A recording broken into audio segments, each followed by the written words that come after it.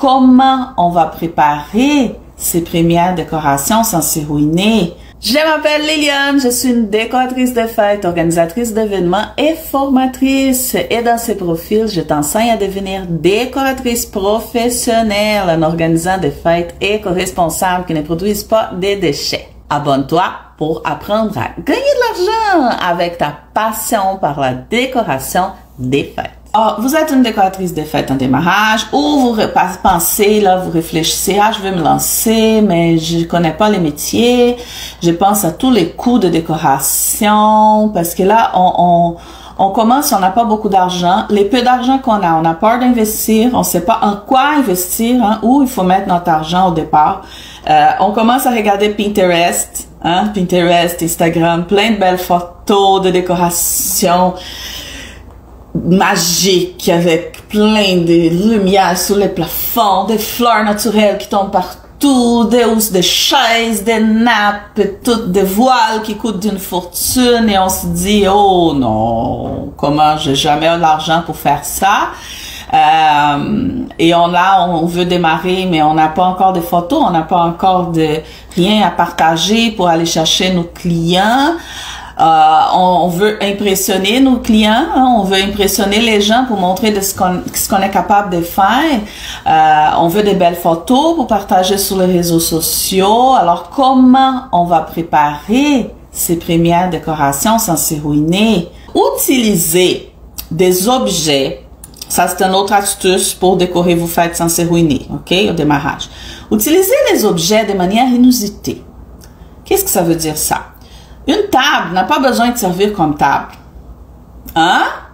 Une petite table peut servir comme présentoir à gâteau.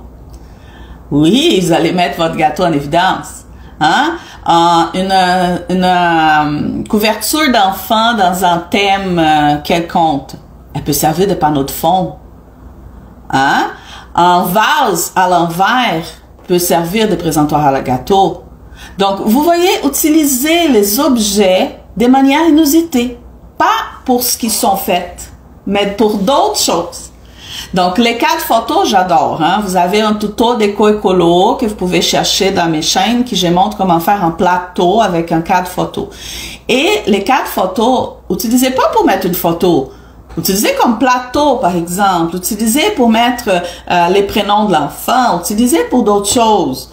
Les boîtes. Vous pouvez utiliser des boîtes pour soulever des objets sur la table, mais vous pouvez aussi utiliser, par exemple, comme des petites tables devant.